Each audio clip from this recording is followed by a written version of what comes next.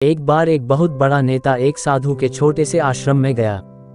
वह साधु के बारे में बहुत सुना था तो उसके मन में आया कि मैं एक बार जा करके देखता हूँ कि लोग उसकी इतनी तारीफ क्यों करते हैं।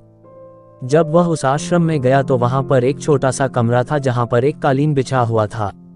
वहाँ पर कुछ लोग नीचे बैठे हुए थे और साधु जी सामने बैठे हुए थे। कुछ सवाल जवाब चल रहा था। वह नेता उस आश्रम में आया और उस नेता के साथ में 4 बॉडीगार्ड भी थे और उसकी यह आदत थी कि जहाँ पर भी वह जाता था लोग अपनी जगह से खड़े हो जाते थे और उसकी तरफ देखते थे, हाथ जोड़ते थे और सर झुकाते थे। लेकिन यहाँ पर ऐसा कुछ भी नहीं हुआ। साधु व्यस्त होने के कारण उसकी तरफ देखा तक नहीं। तभी नेता को लगा कि यह मेरी बेइज्जती है और वह इस बात से गुस्सा हो गया। नेता ने थोड़ा गुस्से से साधु की बात को बीच में काटते हुए कहा कि मैं आपसे कुछ कहना चाहता हूं। साधु ने उसकी तरफ देखा और बोला, आप थोड़ी देर रुकिए, पहले मैं इनके सवाल का जवाब दे दूं, उसके बाद मैं आपसे बात करता हूं। तब तक आप अगर चाहे तो आप बैठ सकते हैं। बस साधु का इतना कहने की ही देरी थी। नेता का चेहरा गुस्से से लाल हो गया और फिर उसने अपना सारा गुस्सा उस साधु पर निकाल दिया। अभी तक वह नेता बहुत तमीज से आप कह करके बात कर रहा था, लेकिन अब वह तू तड़ाक पर उतर आया। नेता ने उस साधु को कहा, तुझे पता भी है मैं कौन हूँ और तू किससे बात कर रहा है। साधु ने उसकी तरफ देखा और कहा, मुझे इससे कोई फर्क नहीं पड़ता है कि आप कौन हैं, लेकिन आप जो कोई भी है, अगर आप चाहते हैं कि मैं आपके सवाल का जवाब दूं या आपसे बात करूं तो आपको कुछ देर रुकना होगा। और साधु की यह कहते हैं नेता गुस्से से पागल हो गया और वही सबके सामने चीखने चिल्लाने लग गया, अब मैं तुझे तेरी असली औकात दिखाऊंगा। तूने मुझसे पंगा लेकर के ठीक नहीं किया, तुझे पता भी है मैं तेरे बारे में क्या सोचता हूँ। साधु ने फिर से नेता की तरफ देखा और बड़े ही प्रेम से कहा कि मुझे इससे कोई फर्क नहीं पड़ता कि आप मेरे बारे में क्या सोचते हैं, आप जो चाहे वह मेरे बारे में सोच सकते हैं। फिर नेता ने उससे कहा कि तू चाहे सुनना चाहता है या नहीं, लेकिन मैं तुझे यही सबके सामने बताऊंगा कि मैं तेरे बारे में क्या सोचता हूँ। तू कोई साधु नहीं है, तू एक बहुत ही घटिया इंसान है, तू एक ढोंगी है, पाखंडी है और यहाँ पर जितने भी लोग बैठे हैं उन सबको बेवकूफ़ बना रहा है। तेरा बस एक ही मकसद है, इन लोगों की जेब में जितना भी पैसा है वह सब तेरे पास में आ जाए। तू अपने फायदे के लिए इन लोगों का इस्तेमाल कर रहा है और अब मैं तुझे नहीं छोड़ने वाला हूँ।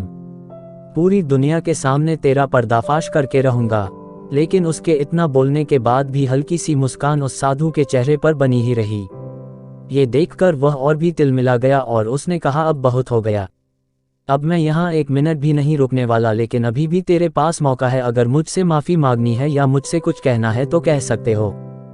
इतना सब होने के बाद भी साधु के चेहरे पर एक मुस्कान थी और वह बिल्कुल शांत था। और फिर उन्होंने अपनी आंखें बंद करी और फिर साधु ने अपनी आंखें खोली, हाथ जोड़े और कहा कि मुझे आपसे कोई गिला शिकवा नहीं है, आपके लिए मेरे मन में कोई भी गलत ख्याल नहीं है। जो भी मेरे बारे में आपने कहा वह आपकी अपनी सोच थी, तो मुझे आप में कोई भी बुराई नजर नहीं आती है। मुझे आप बहुत ही भले इंसान लग रहे हैं। और साधु के इतना कहते ही नेताजी का दिमाग 7वें आसमान पर पहुंच गया।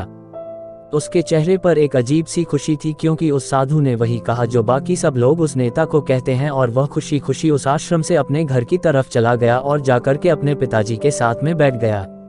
उसके पिताजी ध्यान में थे। उन्होंने पूरी जिंदगी सिर्फ लोगों की सेवा करी और बदले में कुछ भी उम्मीद नहीं किया। तो थोड़ी देर बाद जब उन्होंने अपनी आंखें खोली और देखा अपने बेटे को अपने साथ बैठे हुए, तो उनके बेटे के चेहरे पर आज एक अजीब सी खुशी थी जो आज से पहले उन्होंने कभी नहीं देखी थी। फिर उसने एक एक करके सब कुछ बताया कि आज क्या हुआ, किस तरह से वह आश्रम गया और वहां पर क्या हुआ, उसने क्या कहा और साधु जी ने क्या कहा। जब उसके पिताजी ने पूरी बात सुनी तो थोड़ा सा मुस्कुराए और अपने बेटे को देख करके बोले कि उन्होंने तुम्हारी तारीफ नहीं करी, क्योंकि उन्होंने वह नहीं कहा कि जो तुम हो, उन्होंने वह कहा कि जो वह खुद है। और तुमने जो भी कुछ उनको कहा वो नहीं कहा कि जो वो है, बल्कि तुमने वह कहा जो तुम खुद हो। यही बात वेदों में भी कही गई है, यथा दृष्टि तथा सृष्टि।